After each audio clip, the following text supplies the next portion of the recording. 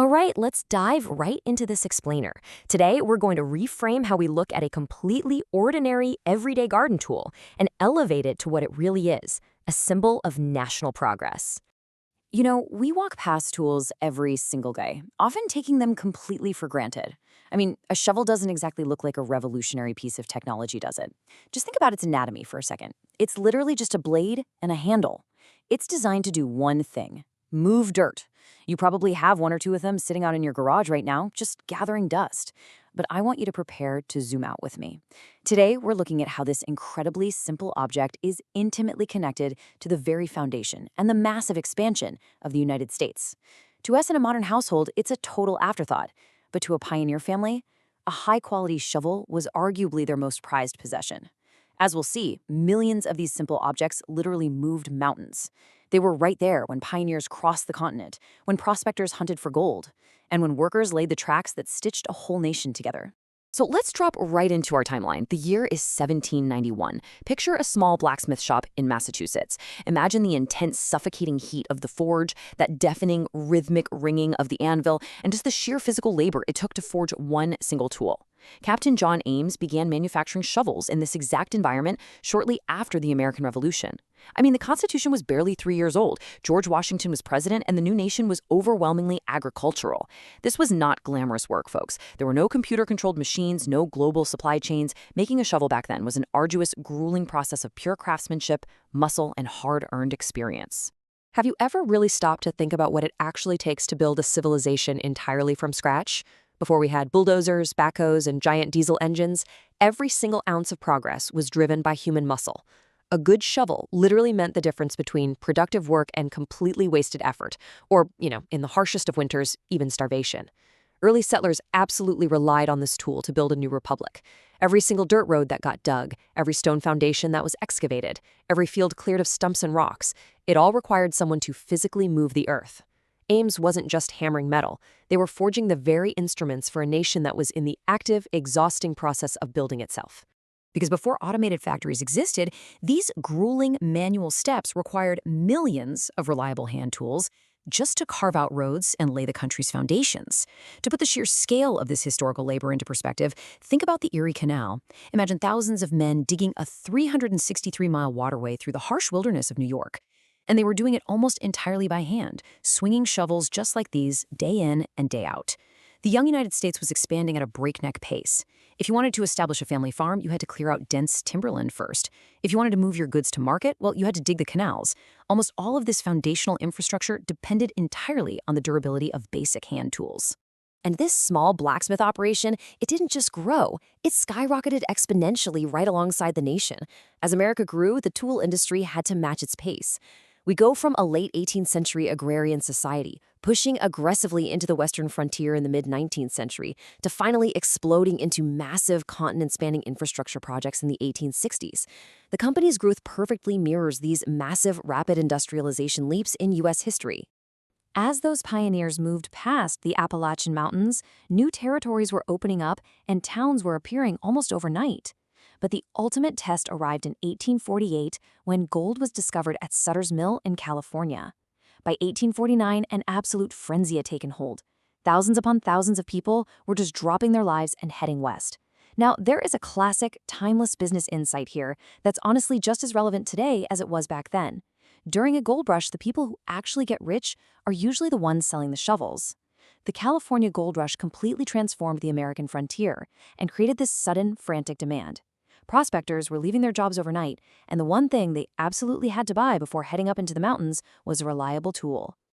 Finding a massive nugget of gold was the absolute dream, for sure. But the daily reality? It was grueling, punishing physical labor. It wasn't just casually panning in a clear, babbling stream. It meant moving endless dirt and gravel and fiercely working these deep mining claims.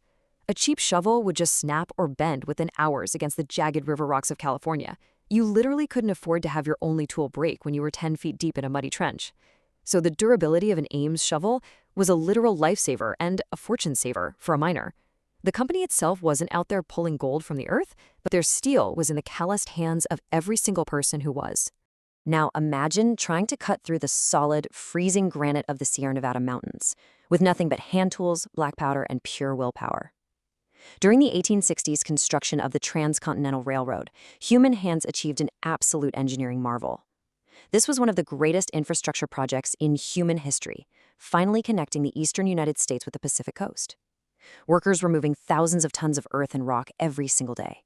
They had to build these massive embankments, carve out huge tunnels, and lay thousands of miles of heavy iron track, achieving the impossible, primarily using human labor. Bridging these two eras shows us exactly how the industry evolved right alongside the country. The Industrial Revolution accelerated, and America certainly didn't slow down once that railroad was finished. Factories grew larger and significantly more complex. The company made this monumental shift from a master blacksmith striking hot metal on a single anvil in a tiny shop to large-scale, highly mechanized steel manufacturing. This shift to mass production meant that high-quality tools were now available everywhere, at scale. They maintained the rugged strength required to survive hard work, but mechanization fueled the broader theme of American industrial dominance as the country marched right into the 20th century. Rather than some dry, boring corporate transaction, this next phase was really the ultimate teaming up of titans. The historical Ames name joined forces with True Temper, a brand that was already famous for outfitting the American worker with high-quality agriculture and forestry tools. Expanding into axes, pitchforks, and rakes was just the natural next step. This brought together generations of American toolmaking history into one massive, cohesive brand portfolio. That old, soot-stained blacksmith shop had fully transformed into a modern manufacturing powerhouse, perfectly positioned to equip workers for agriculture, construction, and outdoor work across the entire globe. But even as they transformed into this industrial manufacturing giant, they never lost sight of their fundamental three-part mission. Think about the products we buy today. So much of our modern consumer culture is built around items designed to break or just be thrown away and replaced in a year. Ames built things with a completely different philosophy. Whether it was 1791 or the modern era, a tool is only as good as its durability. If it's not strong, if it's not useful, and if it's not built to survive generations of abuse, it fails the worker. Period. This unyielding core philosophy is exactly what allowed the brand to survive devastating economic depressions, world wars, and sweeping industrial changes. Okay, this next part sounds absolutely incredible, but the dirt and gravel moved by these utilitarian tools ended up literally funding stone castles back home. The incredible wealth generated by this booming tool industry completely transformed their hometown in Massachusetts, leaving a permanent physical mark on American architecture. It wasn't just about the shovels themselves anymore. It was about the staggering financial success of those shovels being poured right back into the community.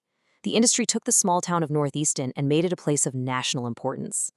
The immense wealth of the shovel industry provided the Ames family with the capital to fund legendary architectural and landscaping landmarks.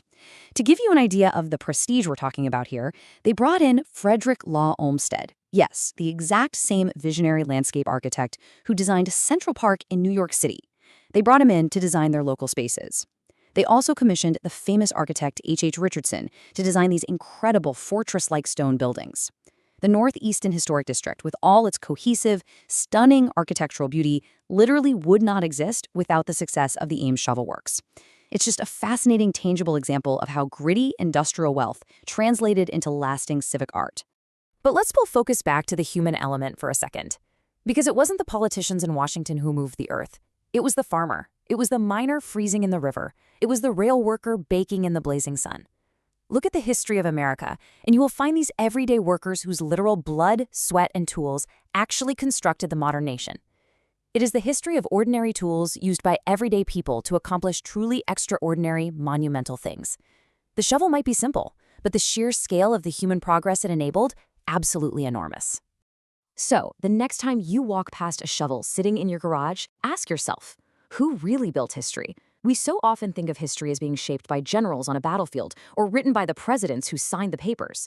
But perhaps the foundation we stand on today was actually built by the hidden, everyday heroes holding the tools, the millions of people who quietly dug, cleared, and sacrificed to build a nation. It really makes you question how history is written, doesn't it? Thanks for joining me on this explainer. I'll catch you next time.